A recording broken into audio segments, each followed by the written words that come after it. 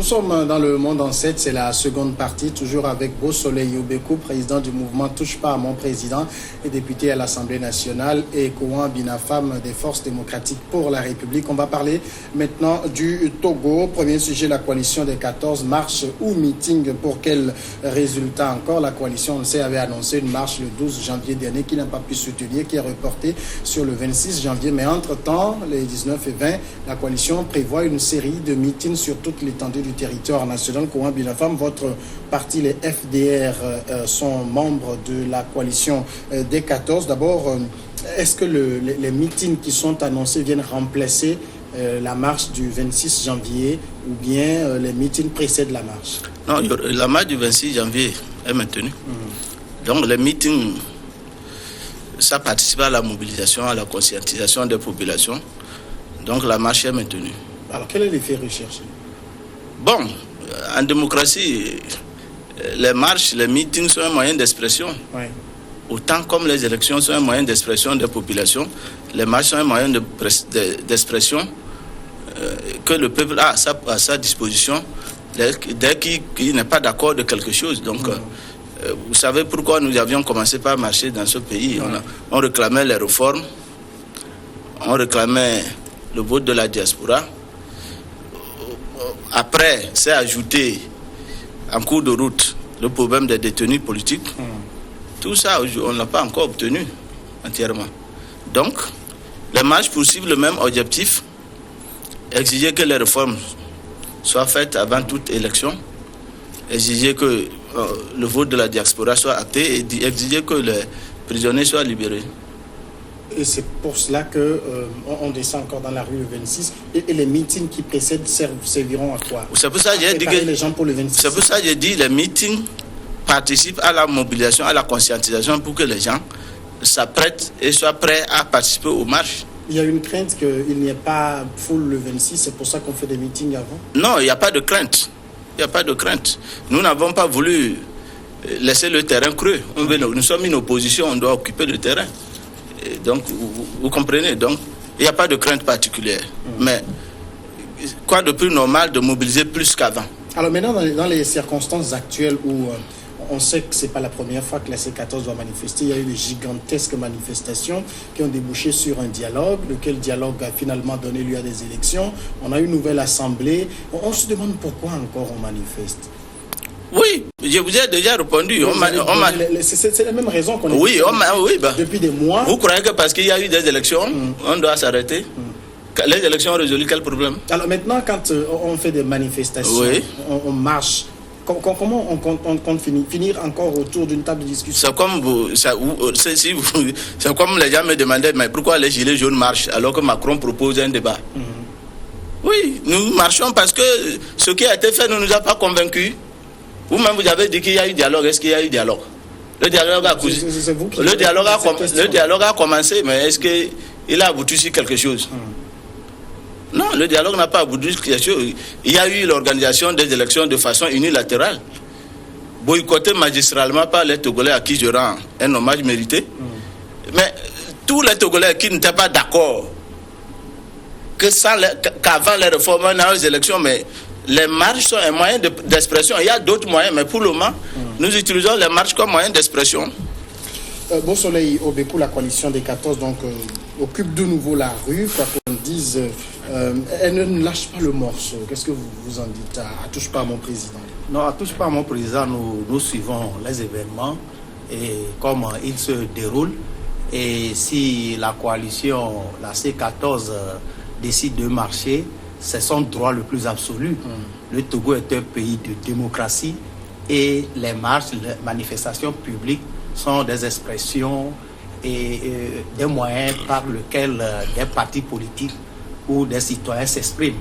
Donc ce n'est pas un truc mauvais en soi, mais ce que je note aujourd'hui, c'est que les revendications de la C14, au fur et à mesure qu'on évolue dans le temps, ont changé.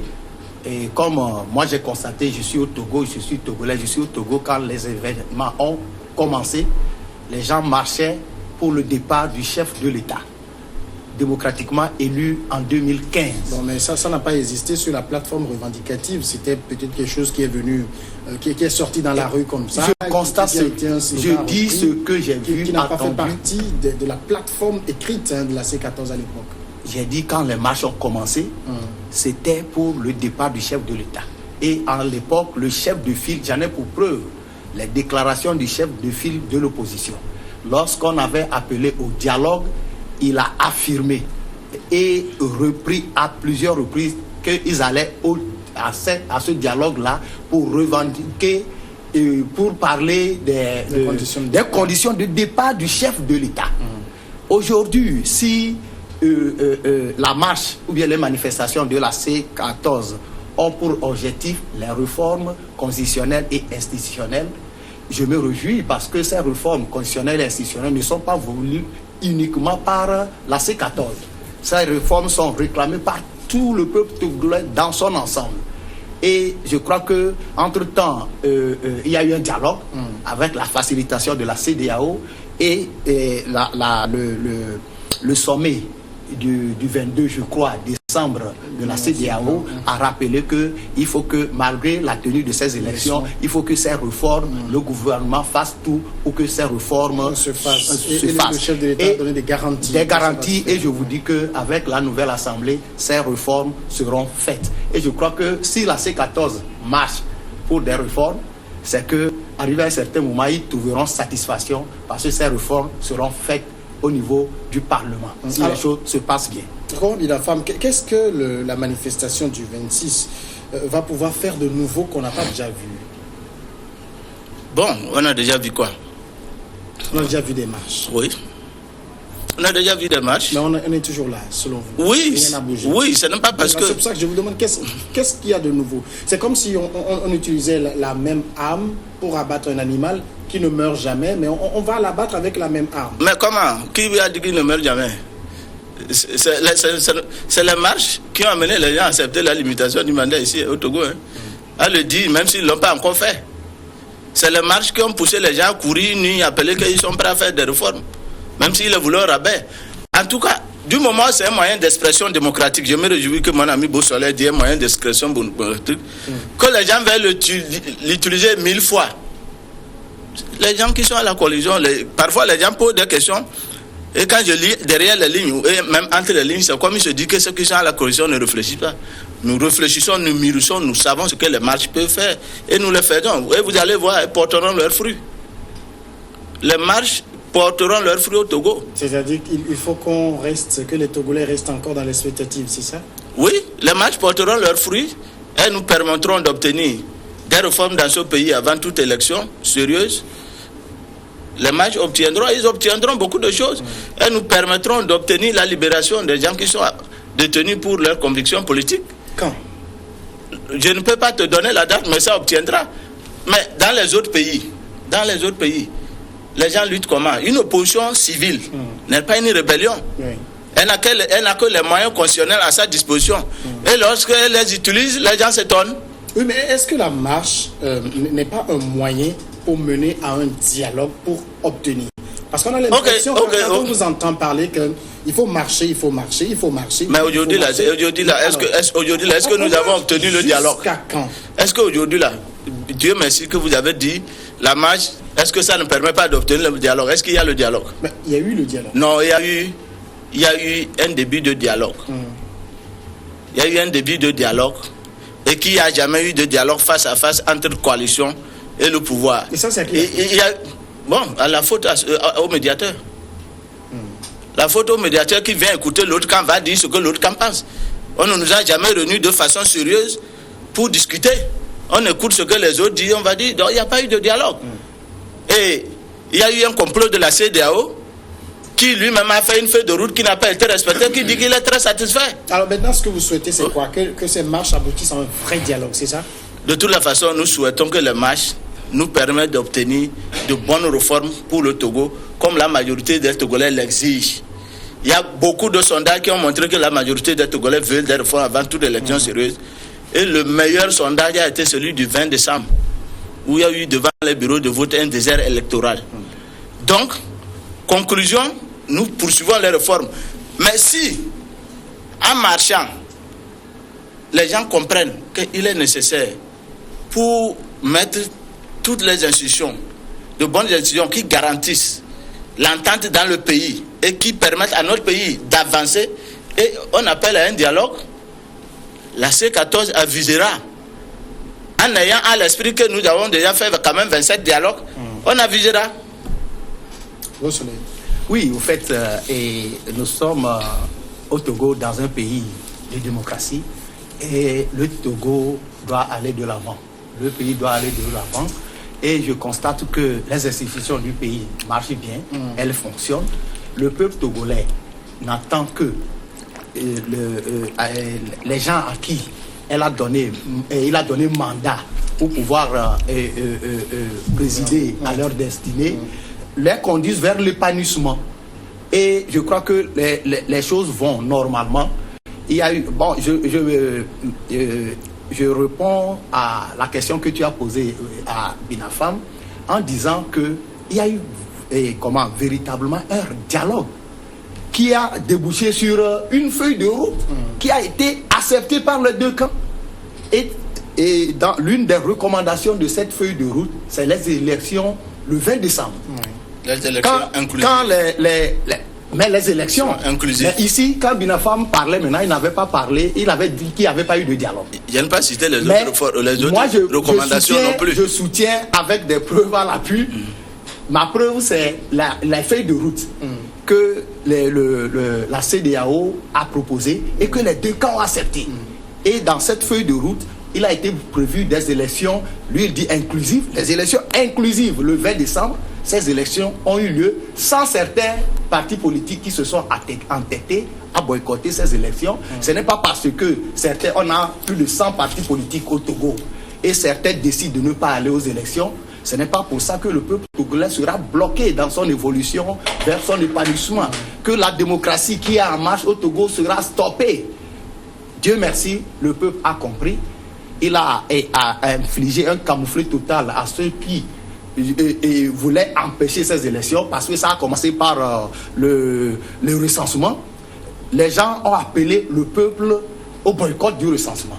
Le peuple n'a pas suivi. Plus de 3 millions de Togolais en âge de voter se sont déplacés pour avoir leur carte d'électeur. On me dit aujourd'hui que les Togolais ont boycotté ces élections. Mais quand vous prenez les résultats, le taux de participation tournait autour de 60%. Si 60% de Togolais ont décidé d'aller à ces élections et qu'on dise que la majorité des Togolais ont boycotté ces élections, on est dans l'incantation totale.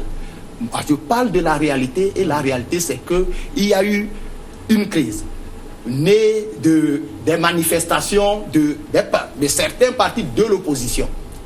Et la CEDEAO est intervenue pour nous faciliter le dialogue.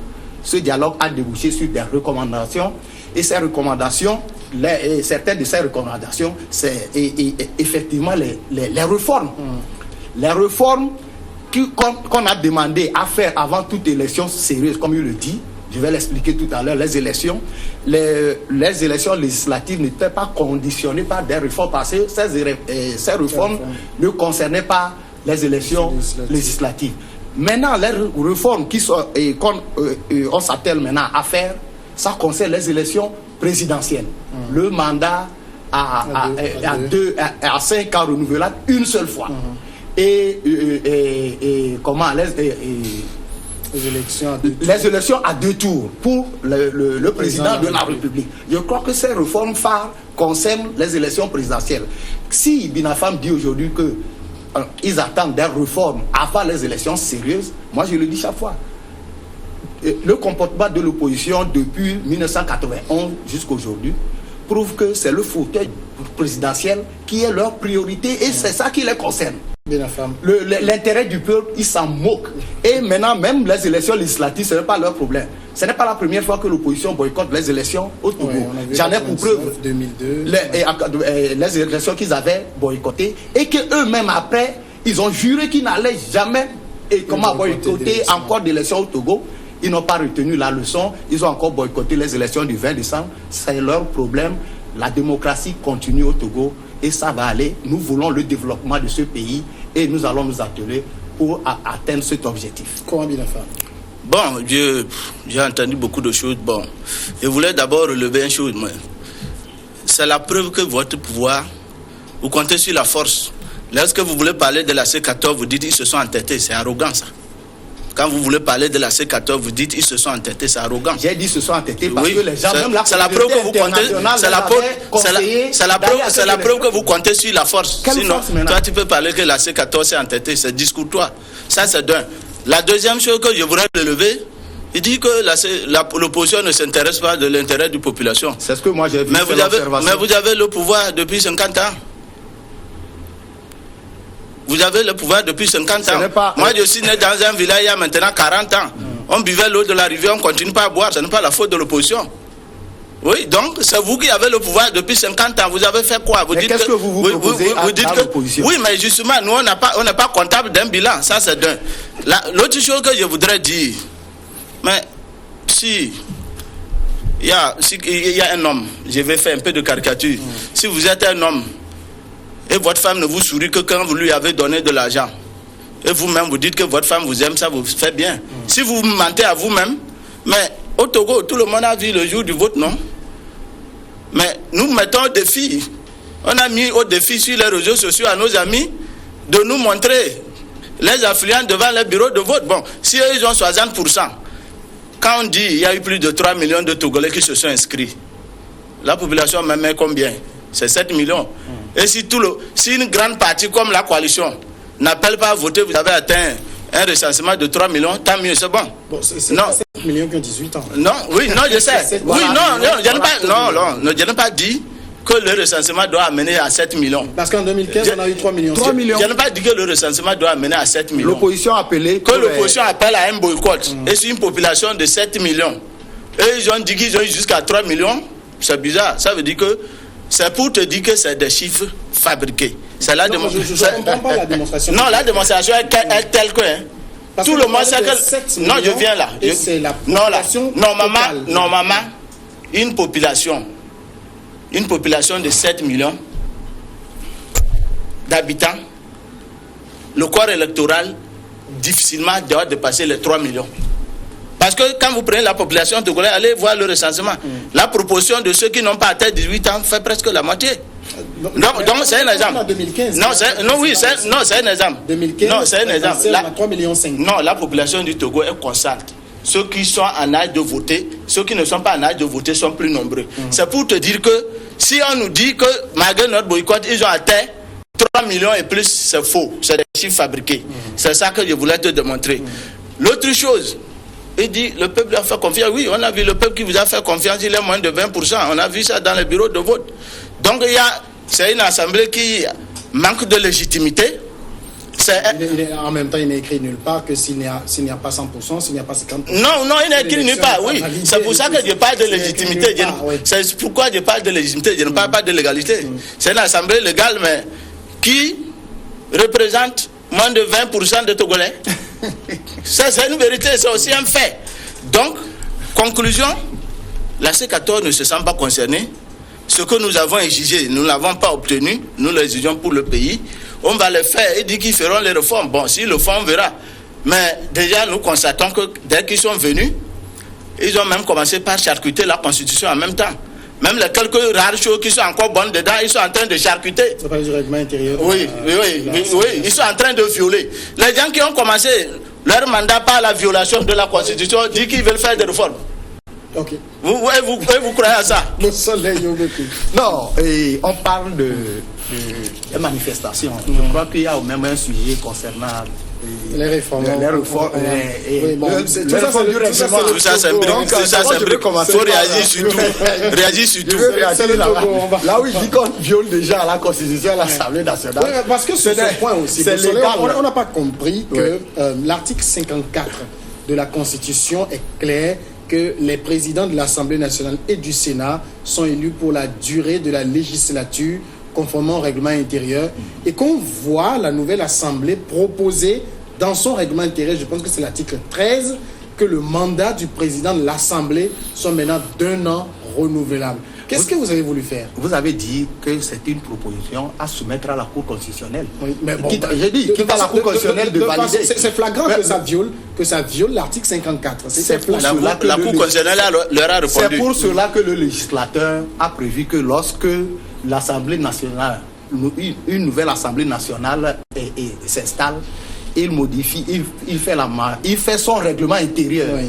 Mais après, en tenant compte de la Constitution, il soumet ce règlement intérieur à la Cour constitutionnelle qui valide ou qui rejette ce règlement intérieur. Mais et pourquoi vous avez choisi de violer? Comment on a choisi de violer l'article? C'est une question d'interprétation. Et même, pour vous donner un exemple, des juges prennent des décisions en première instance, mais des juges qui ont été bien formés, qui connaissent la loi, qui connaissent même la Constitution au bout des doigts. Ils prennent même des décisions qui sont cassées, même qui sont même peut-être approuvées en appel, mais qui sont cassées à la Cour de cassation. On va dire à ces juges qui sont incompétents. Non. Donc ça veut dire que vous avez violé par ignorance. On a prévu qu'en cas de modification du règlement intérieur, il faut soumettre ça à la Cour constitutionnelle. La Cour constitutionnelle, nous, ou bien les députés à l'Assemblée nationale, puisque je ne suis pas mandaté, je ne suis pas ici en tant que député, je suis ici en tant que président du mouvement Touche pas à mon président. Ce que nous observons au niveau de Touche pas à mon président, c'est que mais il n'y a même pas eu de sujet à commérage et par rapport à l'acte que l'Assemblée nationale a posé la fois passée. L'Assemblée nationale et les députés nouvellement élus ont voulu apporter de l'innovation, un changement, quant à la façon de conduire ou de présider, de conduire l'Assemblée nationale. Mais on n'a même pas dit que l'Assemblée nationale, le président de l'Assemblée nationale est élu pour un mandat de 1 an et comment non renouvelable. On a dit qu'il est élu pour un mandat de 1 an. Donc, ce qui a prévalu même pour cette proposition, c'est l'évaluation de l'action du président de l'Assemblée nationale. Que chaque année, il faut évaluer l'action, bien le travail du président de l'Assemblée nationale. Quitte à lui faire confiance pour le reconduire, ou bien si le travail est catastrophique, l'Assemblée nationale peut décider de le changer. Mais il demeure toujours député à l'Assemblée nationale. Mais ceci dit, je vois mal comment des gens qui crient à longueur de journée que la Cour constitutionnelle est inféodée au parti au pouvoir et c'est le parti au pouvoir qui a une écrasante majorité à l'Assemblée nationale. La Cour constitutionnelle, cette Assemblée nationale pose un acte qui a été corrigé ou bien rejeté par cette Cour constitutionnelle qui est soi-disant inféodée au parti. Et ceux-là même crient qu'il n'y a pas de démocratie, qu'il n'y a pas d'indépendance des institutions. C'est une preuve et un désaveu pour ceux qui crient à longueur de journée que le Togo n'est pas une démocratie. Le Togo est une démocratie et cette démocratie avance. La preuve, c'est ce qui s'est passé. C'est vrai, ce sujet, c'est une parenthèse, mais Koa Binafam, on a cru entendre la coordinatrice de la coalition des 14 dire au cours d'un passage sur un média aussi que faire en sorte que cette assemblée-là puisse, comment dire, je ne sais pas si elle emploie le terme dissous ou quoi, ça fait aussi partie de vos combats. Nous avions dit que l'assemblée-là est illégitime. C'est un fait. Même si elle est légale. Mais vous avez dit que c'est légal. Tout le monde, oui, j'ai dit légal. Je n'ai pas dit que c'est légal. Je n'ai pas dit que la légitimité. Vous avez été élu par moins de 20% des Togolais. C'est connu de tous. Même vous avez supervisé les élections. Bon, comment vous croyez qu'on n'a pas les gens partout? Vous rejetez les chiffres que vous dites que l'Assemblée est légale. Je vous donne chez moi. Vous rejetez les chiffres. Monsieur Jamania, oui. Je lui donne des exemples de chez moi dans le tissu. Chez moi, c'est il y a dans un bureau de vote, ils ont un bourrage, même ils ont oublié, ils sont allés jusqu'à 103%. C'est la preuve que c'est du bourrage d'une. En tout cas, dans les faits, nous sommes à l'aise du WhatsApp. Si nos amis de UNI, s'ils avaient eu de l'affluence quelque part, ils auraient brandi ça le monde entier, les images au 21e siècle, plus que les verbes. Conclusion, je reviens à votre phrase. Ils n'ont pas trouvé d'image pour prouver qu'il y avait l'affluence. Le débat là-bas est clos. Tout le monde sait ça. Oui, mais vous, qu'est-ce que vous pensez faire à propos? C'est-à-dire, vos manifestations vont s'inscrire aussi contre la... Je répondais à ça. Je répondais. Oui. Mais c'est une assemblée légitime. Nous allons exiger qu'elle soit dissoute. ça aussi c'est le droit. C'est aussi qui va la dire. Non, là je viens. Une nouvelle revendication, c'est ça? Oui, ça aussi. Oui, bon, mais je rappelle que dans la loi, il n'y a que le président de la République qui peut dissoudre l'Assemblée. Oui, mais... Et cela, il ne peut pas le faire dans la première année de la législature. Oui, nous ne l'avons pas dit de faire dans la première année. Jusque-là, on n'a pas dit de... Vous attendez que ça vienne de qui? Non, on n'a pas dit de le faire. Que cette dissolution vienne de qui? Mais qui doit dissoudre? Le président de la République. Oui, nous n'avons pas dit qu'il n'a pas... confiance pour qu'il dissolve... non, ce n'est pas une question de France. Quand la pression sera à son point culminant, il le fera. Donc, ce n'est pas une question de le faire confiance. On ne dirige pas les nations sur la bonne foi des gens. On met des institutions fortes. Vous comprenez, non? Donc, nous sommes dans le combat.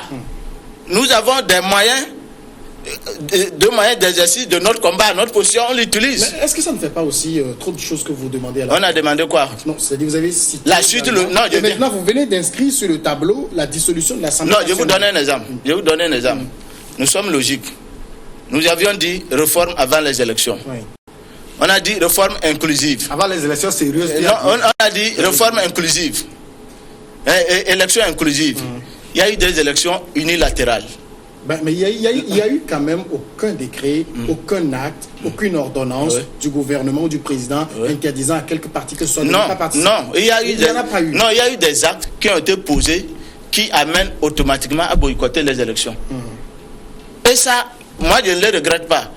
La démocratie, vous évaluez les élections, les conditions dans lesquelles elles sont participées. Ça, je parle de mon point de vue personnel.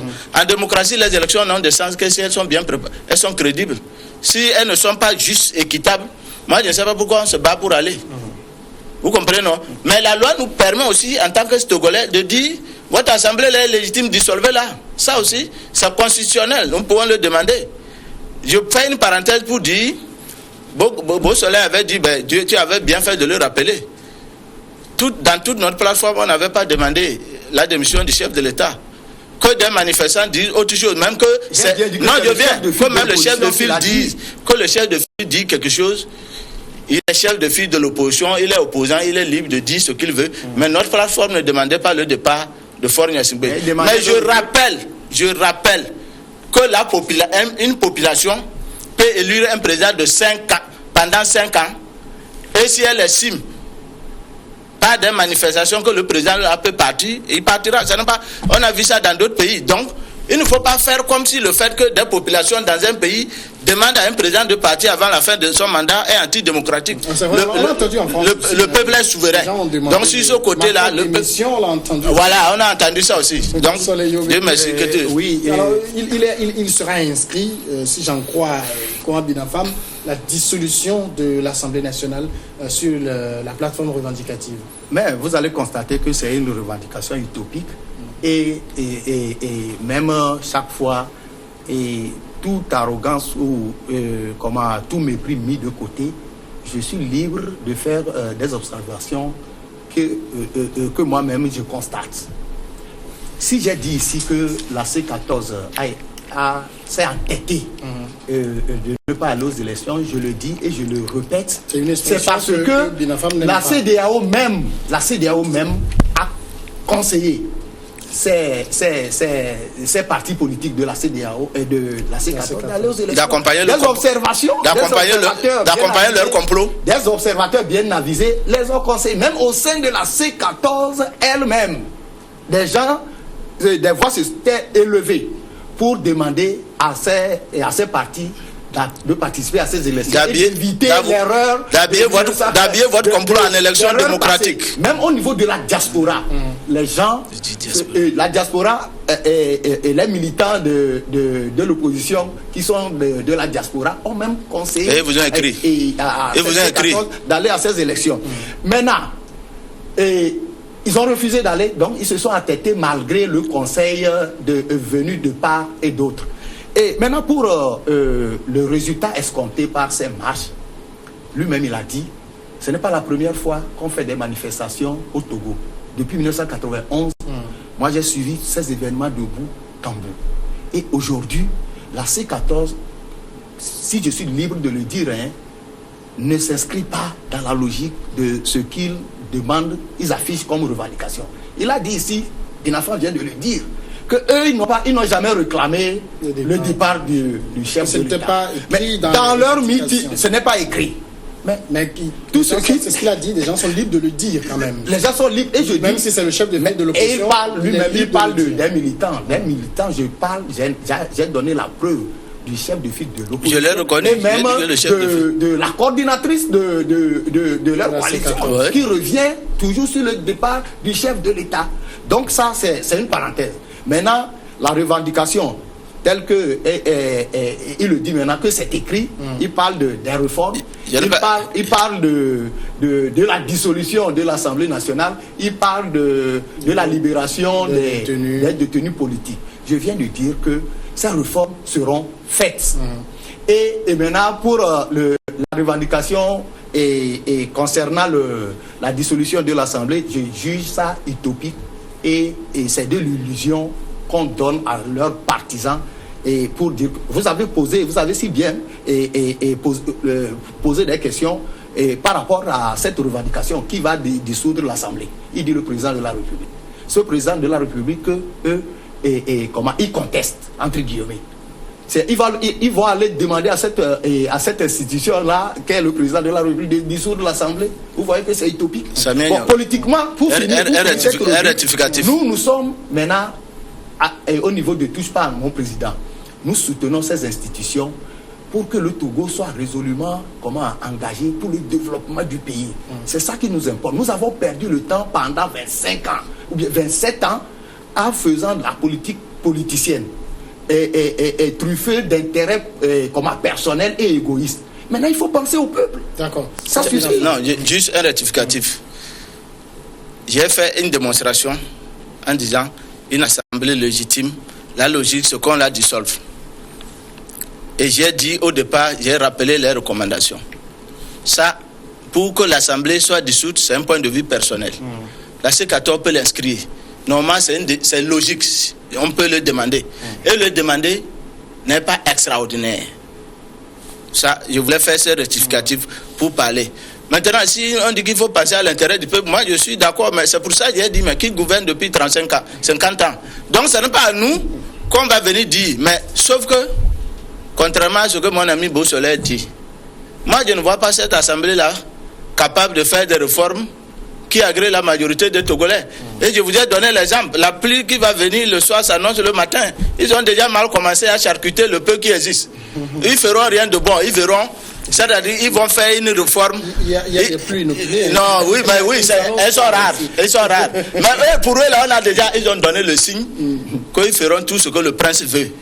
Ils ont commencé par charcuter la constitution en disant que c'est une innovation.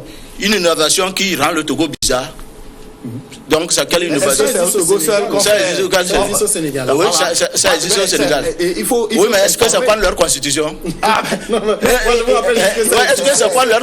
Ils n'ont même pas pris soin alors qu'il y a des réformes en vue. Parce que c'est des gens qui ne croient jamais à la loi, ils croient à la force. Alors qu'il y a des réformes constitutionnelles en vue. Ils n'ont même pas attendu avant de faire les réformes constitutionnelles et introduire cette modification dans la Constitution. Et après, ils pourront revenir. Ils ont voulu faire du forcing. Non, c'est l'étape du règlement. On n'a pas fait du forcing. Oui, mais... On n'a pas eu à toucher. On avait fait du forcing. Ils ont déjà touché un article qui viole la Constitution. Bon, ça c'est le règlement intérieur. Oui, le règlement intérieur doit s'inscrire strictement dans notre Constitution. C'est vrai. Ça, c'est la deuxième chose, M. Beausoleil avait dit quelque chose que je dois rectifier pour la postérité. Il a dit que les recommandations n'ont pas dit de faire, que les réformes qu'on devait faire ne concernaient pas, que ça concernait. Non, les réformes concernaient la Cour constitutionnelle. Ce n'est pas la Cour constitutionnelle qui proclame le résultat de toutes les élections. Donc, les réformes concernaient bel et bien les législatives. Il fallait réformer la Cour constitutionnelle pour qu'elle puisse dire le droit. D'accord. C'est juste un rappel. Puisque nous parlons des réformes, il faut que je l'annonce rapidement. La nouvelle Assemblée nationale peut-elle relever le défi? Nous sommes heureux, Beausoleil, que vous soyez député de l'Assemblée nationale. On va poser la question. Mais Binafam, est-ce que vous faites confiance déjà à cette Assemblée pour que les questions de réforme soient résolues dans un bref délai? Si vous me demandez, mais Plus de 80% des Togolais ne font pas confiance à cette assemblée. C'est une assemblée élue par moins de 20% de Togolais. Que tout le monde a constaté, on peut fabriquer des chiffres. Vous pouvez être le dernier à l'école et venir dire votre papa à la maison que vous êtes le premier, ça vous regarde. Le monde entier a constaté que c'est moins de 20% de Togolais qui sont votés. Moi, je vais faire confiance à... Il ne peut pas relever un défi. Il ne peut pas relever le défi de faire des réformes. Ils feront des réformes taillées sur mesure pour permettre au prince de régner à vie. Oui, mais tout ce qu'on veut, enfin, tout ce qu'on a entendu que la C14 veut, c'est qu'il y ait limitation de mandat, qu'il y ait mode de scrutin de tout. S'il y a ça, c'est déjà ça. Non, ce n'est pas seulement ça. On a dit limitation de mandat avec beaucoup de précision. Dans le projet que le gouvernement a envoyé, on a bien mis nul ne peut faire plus de 2 mandats. Tu as le projet, depuis quand? Dans le projet de loi. Dans le projet de loi, après la proposition de l'expert, oui. Le projet de loi qui a été envoyé, en commission des lois, c'est bien écrit. Oui, sauf nul ne peut faire plus de 2 mandats. Sauf que il y a une disposition. Le gouvernement dit qu'on ne peut modifier par référendum, alors que l'expert a dit que c'est pas ce c'est intangible. Oui. Et la plupart des... La constitution est intangible, c'est pas bien. Non, il y a des dispositions. Non, il y a dans beaucoup... Dans beaucoup de... Non, si c'est... On ne fait pas les lois pour rien. Vous faisiez les lois en tenant compte... Les lois en tenant... Non, je viens. Parce que je sais là où vous voulez en venir. Mais même si vous la rendez intangible, on peut simplement changer de république et puis ça arrive. Non, je viens. On fait les lois en tenant compte de votre passé. C'est pour éviter. D'abord, le nul ne peut faire plus de 2 mandats. C'est pour éviter toute situation dérogationnelle. Pour qu'un jour, quelqu'un nous dise qu'un dictateur nous dit qu'à cause d'une situation exceptionnelle, pour le fait qu'on dit qu'elle n'est pas susceptible de modification, ça nous agrée au Togo parce que c'est un verrou qui a été déjà sauté une fois au Togo et qui a mis le Togo dans le problème où il se trouve. Donc quoi de plus normal de nous protéger? Il y a ça dans la constitution du Niger, ça ne dérange personne. Parce que le Niger a connu une situation pareille, semblable à la nôtre. Donc, que des gens qui disent qu'ils sont démocrates, pourquoi ça les gêne? Les États-Unis, c'est un mandat de 4 ans renouvelable. Au Ghana, c'est 4 ans renouvelable une seule fois. Ils font. Ça fait quoi? Les gens disent que, bon, ici, là, les gens sont à leur 3e mandat. Ils disent que les autres ne s'occupent pas de la population. Leur bilan est nul. D'accord. Beausoleil, est-ce que vous-même, vous pensez que le défi des réformes qui a tellement préoccupé les populations, ça peut être relevé rapidement? Très rapidement même. Moi, je suis optimiste là-dessus.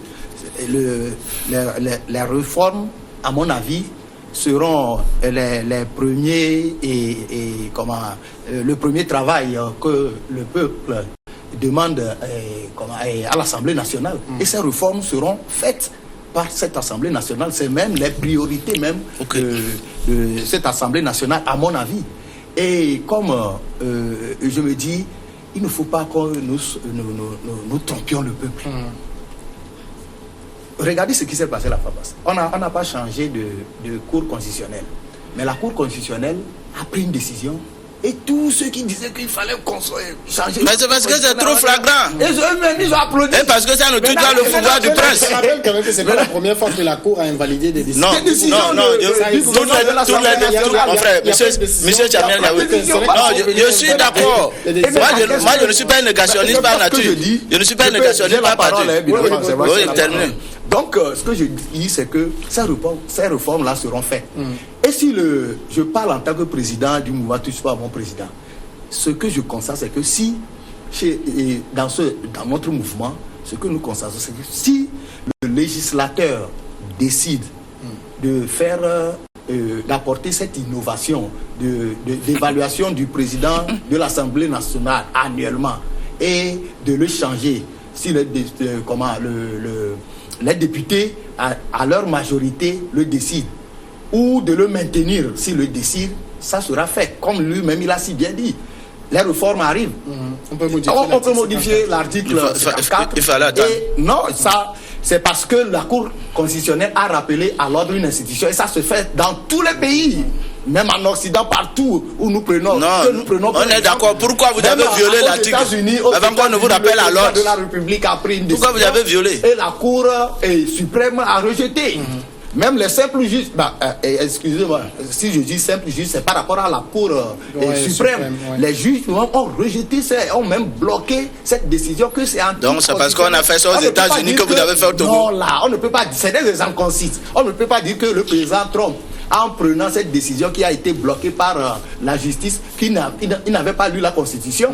C'est une interprétation de la Constitution et il a été rappelé à l'ordre, comme la Cour constitutionnelle et a rappelé l'Assemblée à l'ordre. Quitte à l'Assemblée maintenant, s'il veut poursuivre cette modification ou bien cette innovation, de modifier la Constitution le temps venu pour les réformes.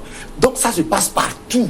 Ce n'est pas au Togo seul qu'une Cour constitutionnelle. Ça se passe partout. Conclusion, vous l'avez fait au Togo.